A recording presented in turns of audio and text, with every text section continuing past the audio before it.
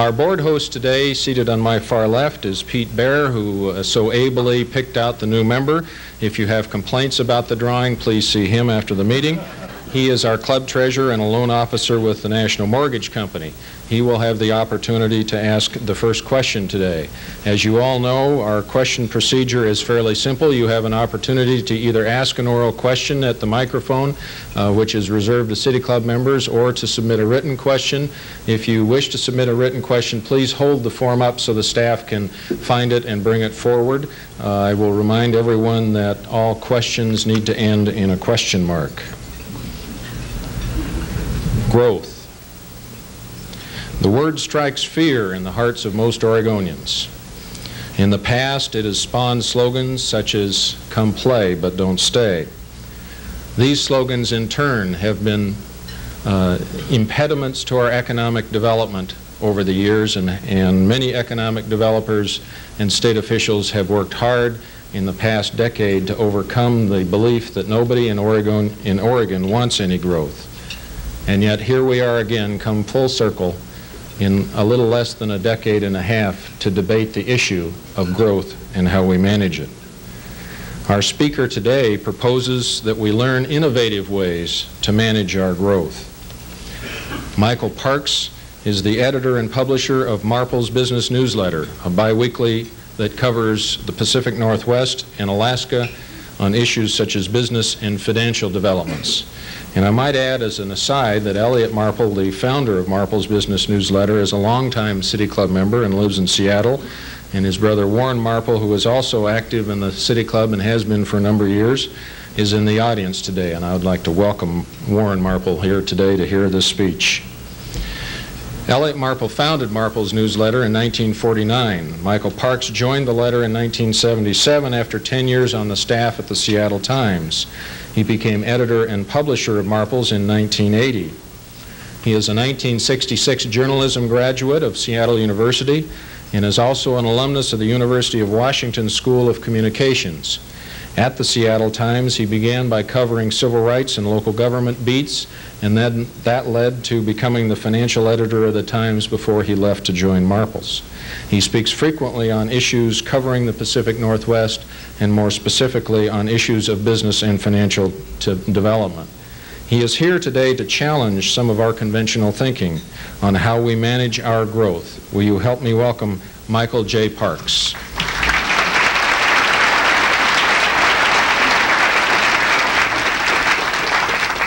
Bill, thanks very much for that very kind introduction.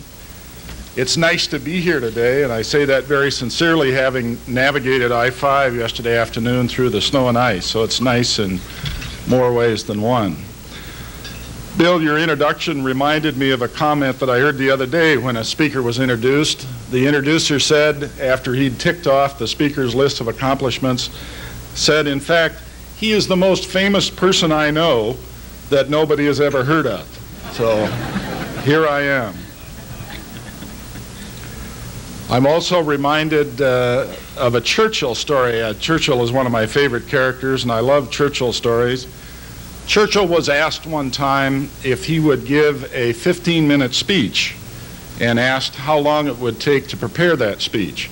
And he said, I would need at least 3 or 4 days. And the inviter said, well, how about if we asked you to give a 2-hour speech? And Churchill came back and said, I'm ready now. And I've learned that lesson as an editor of a newsletter, and I'll tell you today you're going to get something in between. I'd like also to say something about the tone of my comments. The title of the talk is The New Immigrants, Is the Oregon Trail Ready? The easy answer is, darned if I know. You know, there's an old saw that an expert is anybody with a briefcase who's 50 miles from home. And by that definition, I qualify as an expert today.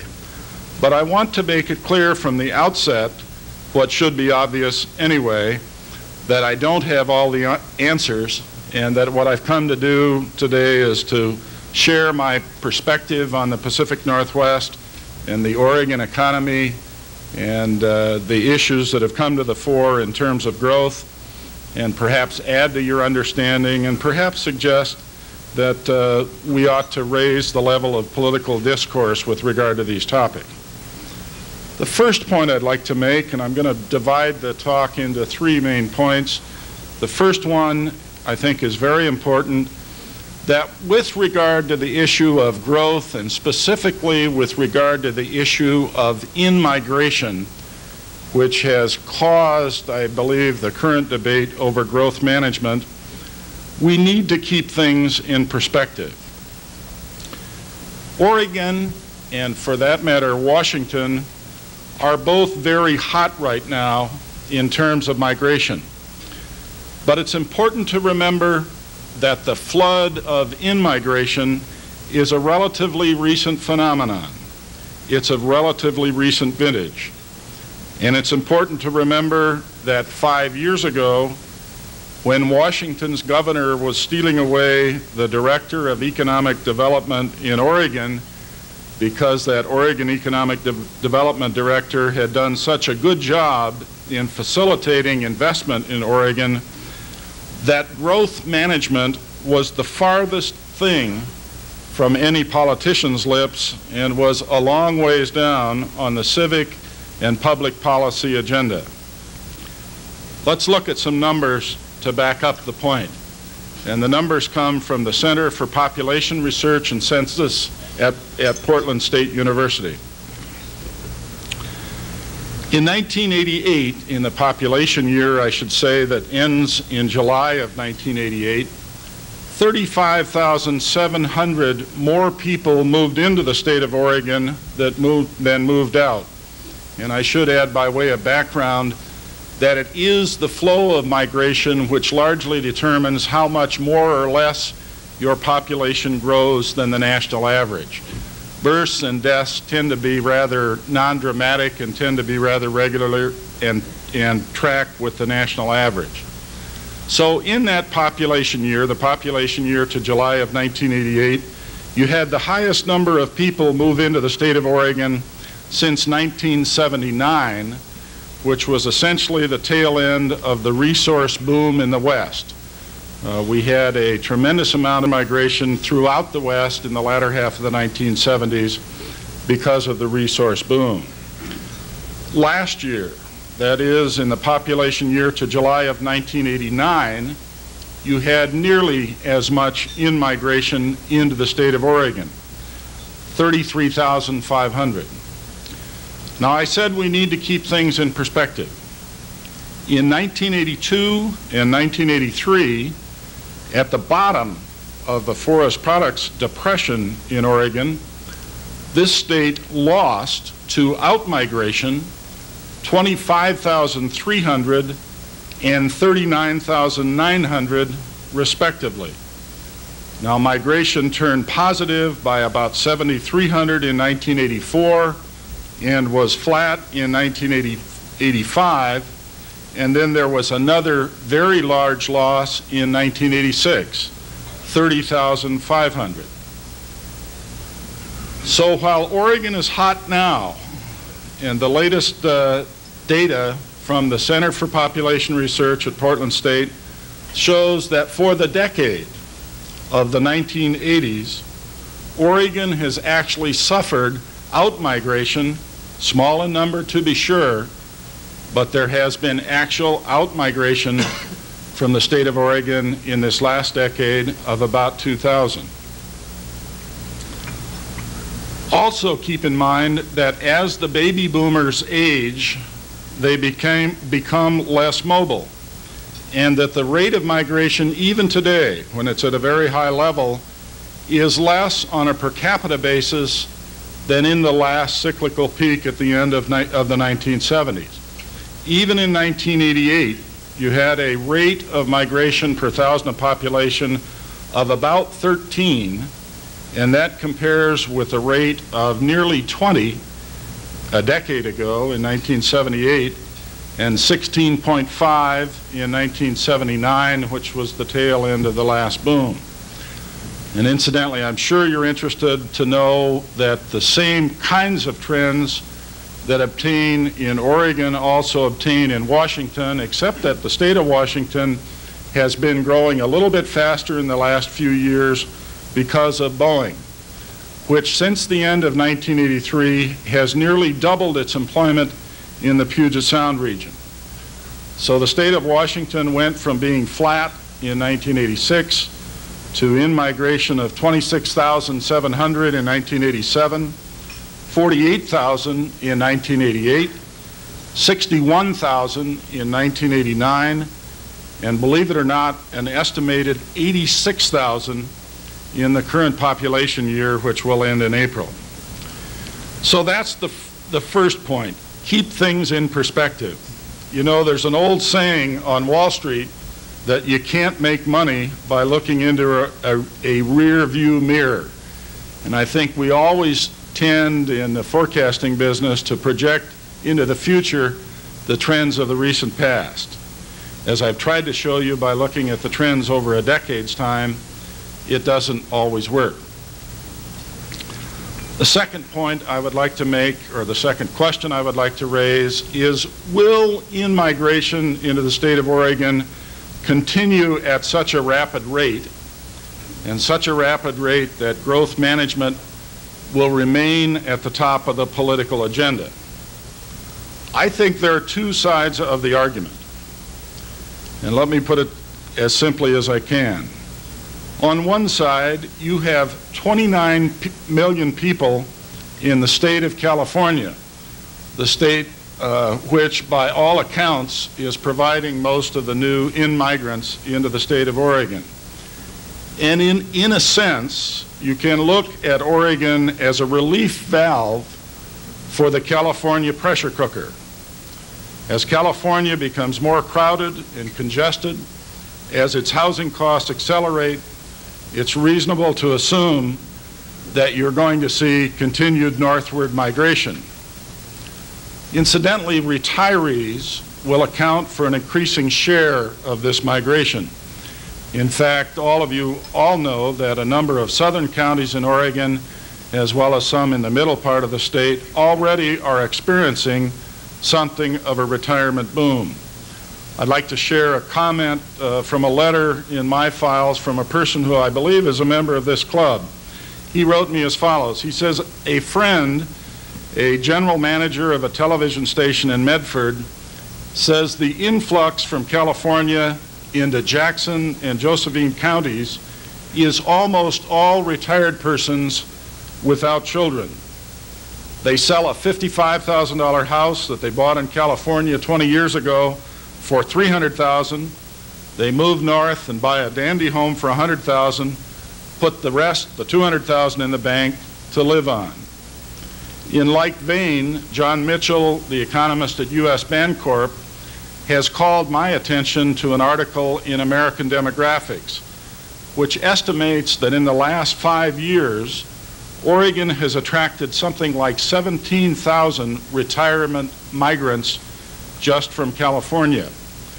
I've seen the term used, in fact it was used in American Demographics, equity refugees. And these refugees, these 17,000 migrants, retirement migrants from California in the last 5 years have added something like $200 million to the personal income of this state. And by the way, these are migrants that any state would be happy to have. As noted, they generally come without children. They tend to make very modest demand on public services. Their health care is largely paid for by insurance, by Medicare, and so forth.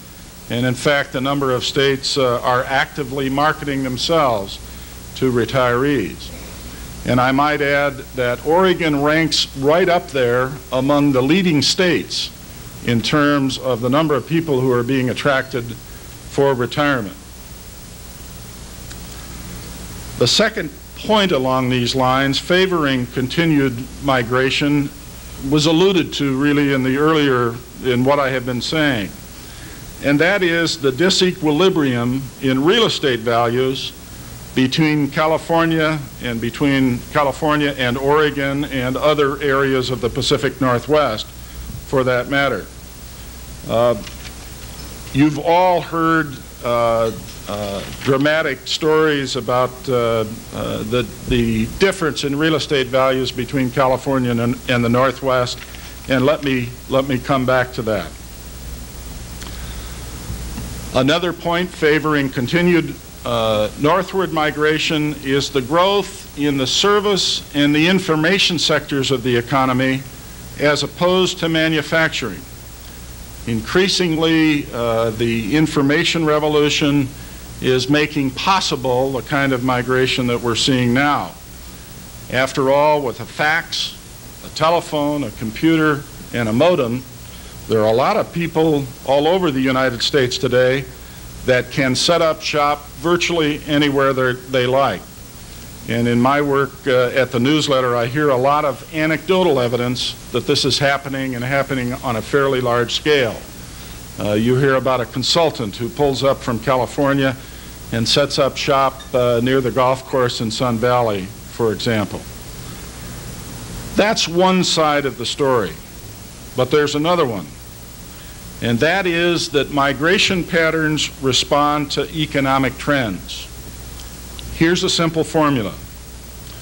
People go where jobs are, and when jobs dry up, they leave. Now, the flip side of the Oregon as relief valve for the California pressure cooker theory is that Oregon's economic growth, which has been very dramatic in the last 2 or 3 years, is probably going to slow down. Why? Because of the decline in the harvest of public timber, which will accelerate the gradual but steady decline in the forest industry, which, as all of you know, is the state's largest industry, accounting for about 1/3 of its basic industry employment and about 6% of the total. Now, it's true that growth in other sectors of the economy outside the forest industry, including services and other sectors, has offset the decline in forest industry employment in the last year or two, and it may continue to do so. But I think it is at least plausible that an accelerated decline in this very basic industry will reduce the rate of migration into the region, and by implication take some of the heat off the growth management issue. As a matter of fact, most of the forecasts that I look at suggest that in-migration today is at a cyclical peak, that you will have less migration in the near future. And in fact, I have seen long-range projections from the Census Bureau that suggest the possibility, at least, that Oregon's population will grow less than the national average for the forecast period, which in some cases goes out for 20 years. What are the implications of the relatively rapid growth that has occurred in Oregon's population, that has occurred in migration in the last few years, and as of this date is still going on? As I've indicated, the most visible evidence of in-migration and the most visible consequence, most visible impact, is on the real estate market. Up in the Puget Sound region, we've all heard fantastic and wondrous stories about the impact that Californians coming in has had in the real estate market. One of my favorites is about the car with California plates that pulled up to a kind of a semi-retirement community under development on the Olympic Peninsula, and the driver motioned somebody over from the development, and construction work was going on. The driver said, "How much?"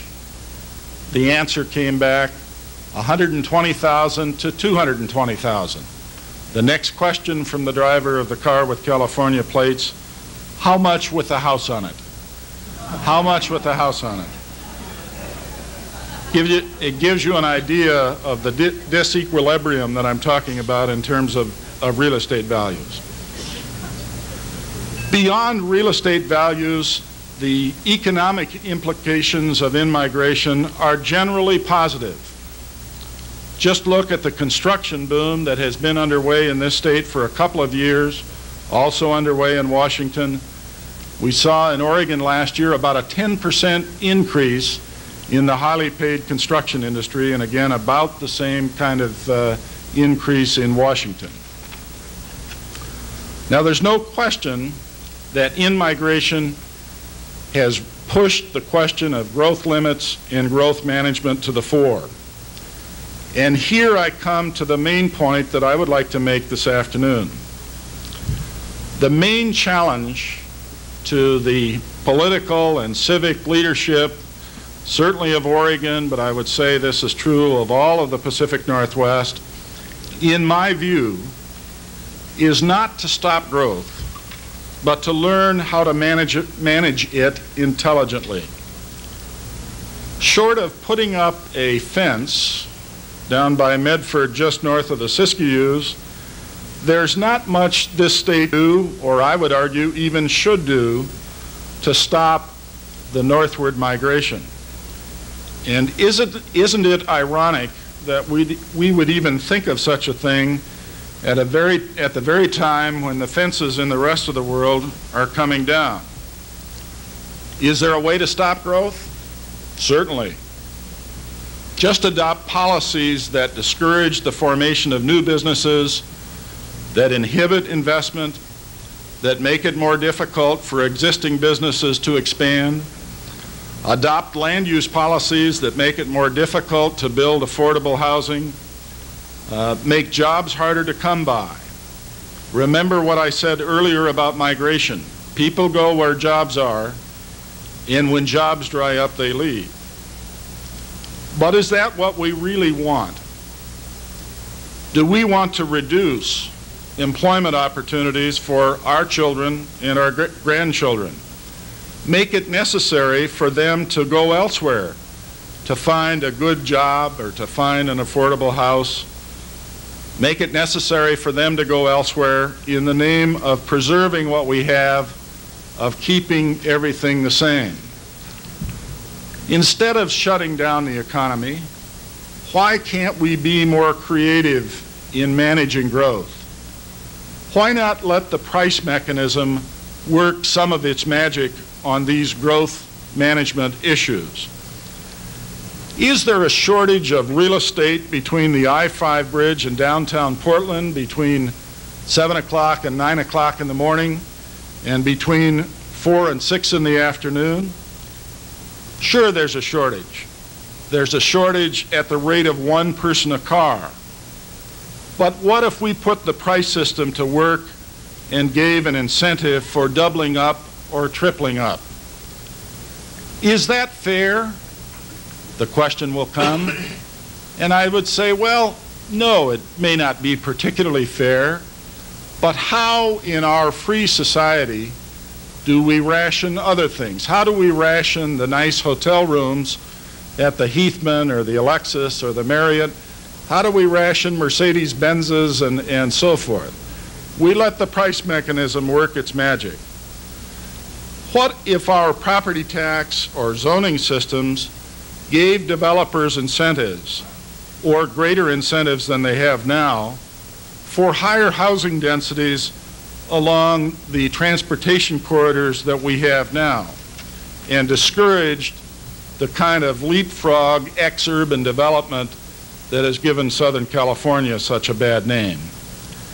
When it comes to economic development, what if we encouraged new industries which want to move into Oregon to set up shop in some of our less crowded communities, including the communities that are being impacted by the decline in the timber industry? My purpose here today is not to produce a laundry list of approaches to the problems brought on by in-migration. There are lots of people out there more qualified than I on the subject, and you've heard some of them already in this Fast Forward to 2000 series, and you'll hear more. Rather, it is to suggest that instead of trying to close the door, we apply our imagination and creativity to the problems of managing and handling growth. Before I sum up, let me say that to some extent, the problems that are brought on by rapid in-migration and rapid growth tend to be self-correcting. And what I have in mind, for example, is Boeing's decision to set up shop in a small way in Spokane, and not to pick on Spokane, but Seafirst's decision, for example, to move its credit card processing operations from Seattle to Spokane. In both cases, the increasing congestion, traffic congestion, housing costs, and so forth in the Seattle area were cited by those companies. And I think that's very healthy that some of the problems of dealing with growth are handled in that manner. Let me sum up very briefly. When it comes to the question of in-migration, the question of whether or not Oregon is going to be overrun by Californians, let's keep things in perspective.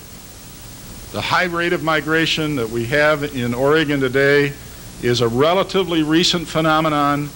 It's likely to recede as the economy slows a bit in the next few years. That said, I think it's important to recognize that Oregon is going to continue to be relatively attractive, especially to the well-off retirees from south of here. And that is not all bad. Continued in-migration or migration northward will help to offset some of the economic impact this state will feel as the forest products industry declines. And finally, instead of trying to stop growth, reducing the state's economic vitality and opportunity, let's use the tools that we have at our disposal, whether they be transportation or land use planning, zoning, the tax system, what have you, to manage growth intelligently. Surely we have the brains and the talent to both accommodate growth and to preserve the environment and the quality of life, which makes Oregon, and for that matter the rest of the Pacific Northwest, attractive both to those of us who live here and those of us who want to share these values. To borrow a phrase from another area of political discourse, just say no is not an intelligent response to the issues raised by trends in migration and by trends in growth. Not in my backyard you don't may be understandable, but it contributes nothing to the solution to growth management problems. The attitude that I've got mine now, and let's close the door, is not only futile, but it is undemocratic given the freedom of movement that is fundamental to our system. Surely we can do better than that. Thank you very much.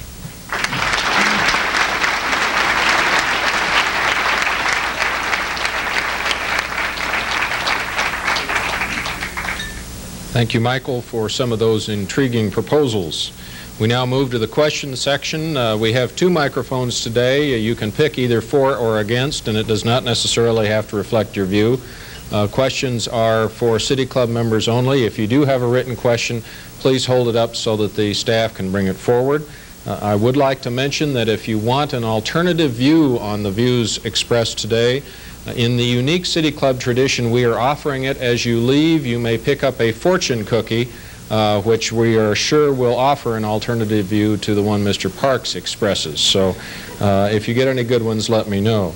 Our first question is from our board host, Pete Bear.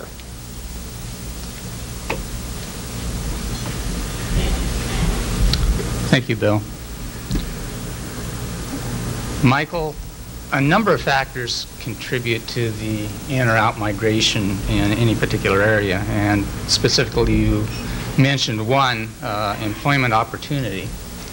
Others I would think would be income levels and taxation levels and types of taxation. The environmental concerns I also think are fairly important, and also recreation opportunities.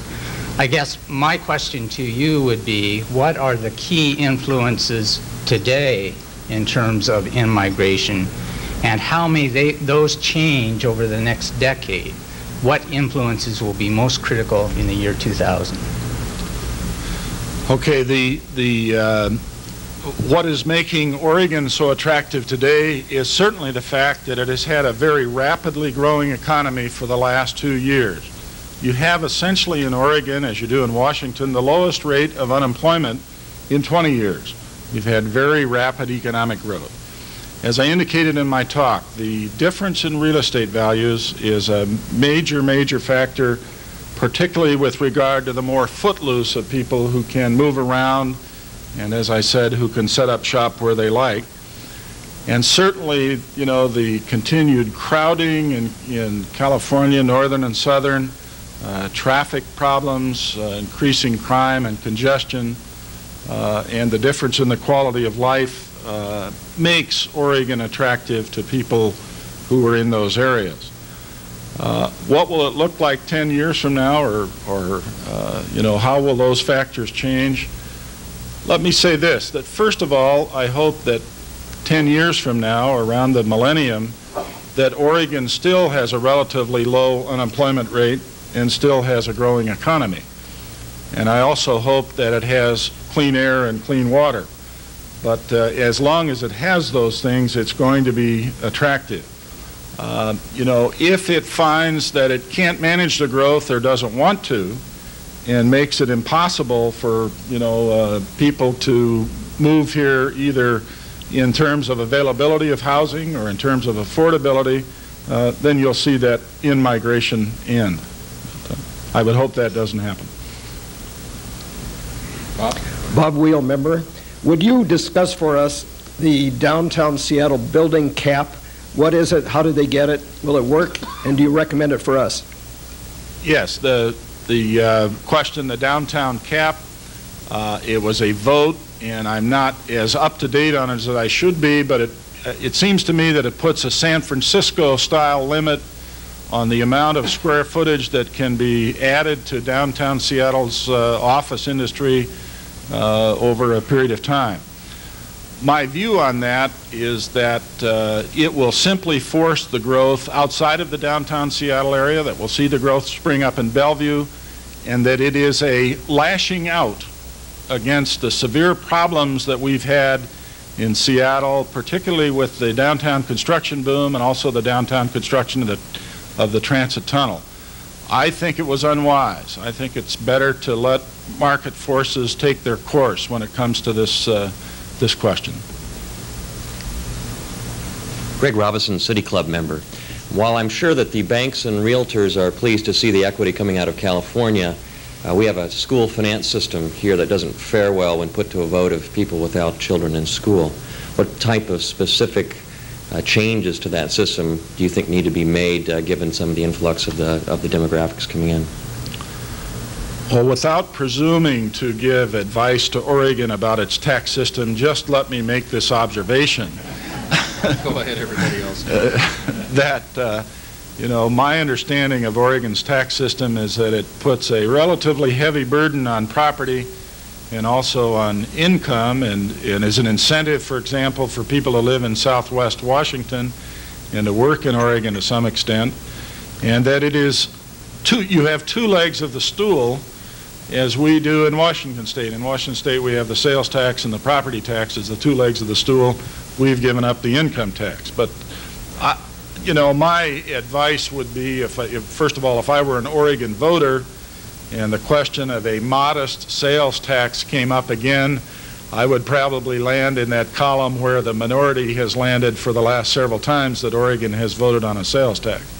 So I think you need to develop a tax system which uses a variety of tax tools, including the sales tax, does not put such a heavy burden on property tax, and that provides a secure source of funding for education. Ray Polani, a City Club member. I guess I am at the for growth microphone here, but I think to me it seems that the central question is what kind of growth. And considering that for over a year now we've had at least an equal number of vehicles as people in the state of Oregon, I would suggest that the time has come to say, come and do stay, but one car, maybe two per family, if you please. No more. What do you think? Well, Yes or no? you know, the question of transportation planning and how to deal with America's love affair with the automobile is one of the most difficult in the whole era of public policy and public debate. And I'm glad to see the Portland area and Oregon has taken a step with the development of its light rail system. I think, you know, in Seattle, in the Seattle area, we're literally reaching gridlock. If you get out of a meeting in south of Seattle on the West Valley Highway, for example, on a Friday afternoon and it's raining, or for that matter in Bellevue, you can't go anyplace. You can't go north, south, east, or west. And it's too bad we have gotten to that point before we've recognized the need to do something about public transit. In Seattle, the debate is about whether we'll have a rail system or beef up the bus system, or continuing to develop diamond lanes, high occupancy vehicle lanes, and so forth. I think, you know, there's probably no one answer. I don't know if heavy rail is the answer in the Puget Sound region. There are those that argue that we don't have the population density to support heavy rail. It's probably a laundry list of things, including high occupancy vehicle lanes, perhaps the reinstitution in the Seattle area, for example, and perhaps this could be done in some areas of Oregon, of tolls leading into the city. You know, should you put a toll back on, as I believe existed in the Interstate Bridge years and years ago, in the 205 bridge? You can cross the bridge free if you have 2 or 3 or 4 in the car, but it will cost you if you have fewer. The main problem is the lack of alternatives, really. Well, I wouldn't disagree with that, but I think we need to develop a whole range to deal with those problems. Good afternoon, Stan Baumhofer. Michael, good to have you in Portland. You ought to come more frequently. Thank you. First, I must confess that the rumor is untrue that Bill Lesh pays Ray and I to get here to ask the first question. You and I have tracked the same economic indicators for the past several years, Michael, but I don't think we've ever talked about the voting patterns of these retirees that migrate into our states.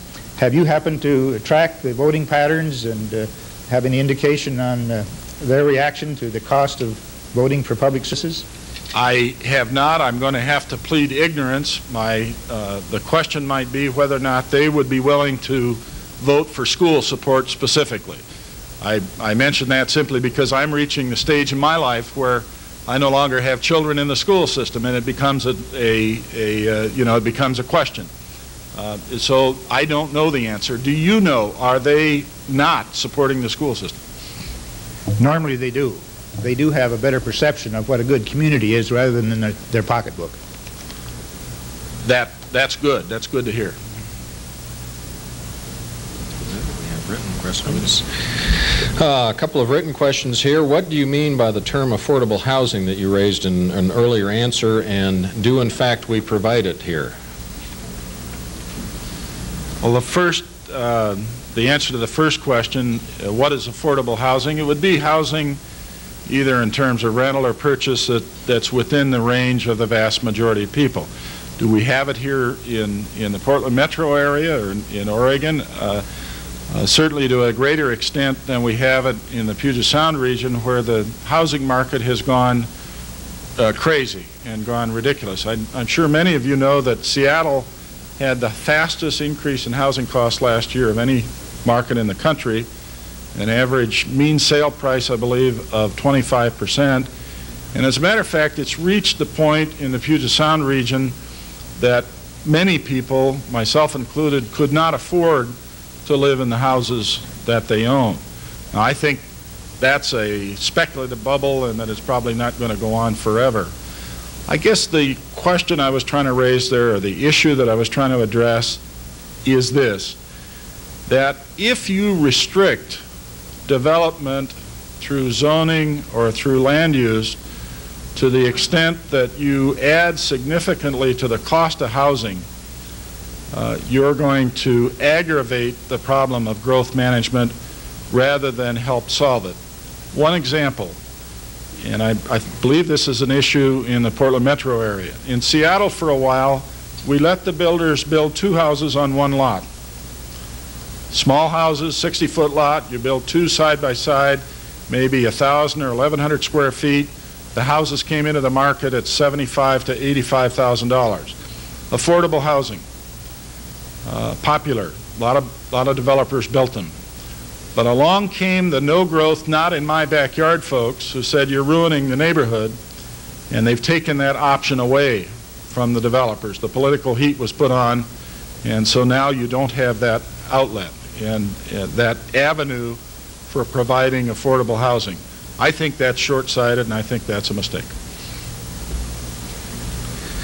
You mentioned a need for encouraging economic development in communities outside of the metropolitan area. Do you have any suggestions for how we encourage growth in communities such as Tillamook or Gold Beach on the coast, or some of those in eastern Oregon that perhaps don't have all of the transportation amenities that businesses seek when they move into a metropolitan area? I guess the answer is that you sell in those communities the attractions that they have. And I'm thinking of the Washington example. If housing becomes too expensive in Portland, in the Portland metro area, then the very fact that housing is available and less expensive becomes a selling point, as long as there is a labor force available to fill the jobs that employers can provide in those communities. And as I said, I think that's healthy. But I guess it is just sell those communities high spots, make sure that they're prepared, and you don't try and sell an inappropriate industry to a community that's not ready for it. If a community can't provide the labor, for example, or the educated workforce, there's no sense in trying to sell it. But otherwise, sell those communities high spots, take the heat off the metro area if that's where all the growth is occurring naturally, and put your marketing emphasis elsewhere. Have you any thoughts with regard to the timber industry in particular here in Oregon, which some are suggesting may not be around 10, 15, 20 years from now, on how we attract alternative industries, and specifically how we locate, I mentioned that earlier in the question just a minute ago, in areas outside the metro areas, but specifically industries that are not related to the timber industry base? Well, first let me say that I believe the timber industry is going to be big and important long past the turn of the millennium. It's long past my lifetime, and for as far ahead as anybody can see. And the reason is the resource base is just so large, it's there, it's going to support the industry. And I think the industry's decline, unfortunately, is unnecessary, but that's another speech that's beyond the scope of this discussion today. I think the industry itself has to learn to move up market. And by that I mean that as the supply of raw material becomes less available, companies will have to learn to add greater value to what they produce, whether it's moving from making commodity 2x4s or commodity plywood to a more engineered building material or more engineered product, what have you. And I think, as a matter of fact, a number of people in that industry are already doing that. As to the question of attracting new businesses to communities which are losing their timber employment, I hope I've addressed it in earlier responses to questions. Perhaps the state should put more emphasis on marketing those areas as opposed to marketing the metropolitan area, which is growing anyway. But I certainly don't have a great formula for how you offset the general decline that is taking place in forest industry employment. As a last question, I'll be a little rhetorical here. Are you suggesting that it would perhaps be a proactive economic development activity for our state to move more aggressively in the California market and try and sell Oregon and its benefits to more Californians? Would that lead to a stronger economic base over the long term and perhaps help solve some of the other problems that we face with things like school finance? I'd like to think about that question more before I commit myself, but I think the attractions of this state are going to be there, and some of that growth and migration is going to take place whether or not you decide to market it actively. As a matter of fact, however, there are communities in the Northwest. The Tri-Cities is one. I believe the northwest part of Washington State on the Olympic Peninsula is another, have actually taken that tack. They have recognized in some areas, because of a declining industry, in the case of the Tri-Cities, it's Hanford, that they need something to supplement and to replace. In the case of the Olympic Peninsula, it's timber. And for those areas, it may well make good sense to actively market themselves to people in California or people in other high population states, Illinois, Texas, New York, what have you, as an attractive place to retire. I hope you'll join me in thanking Michael Parks for his presentation today.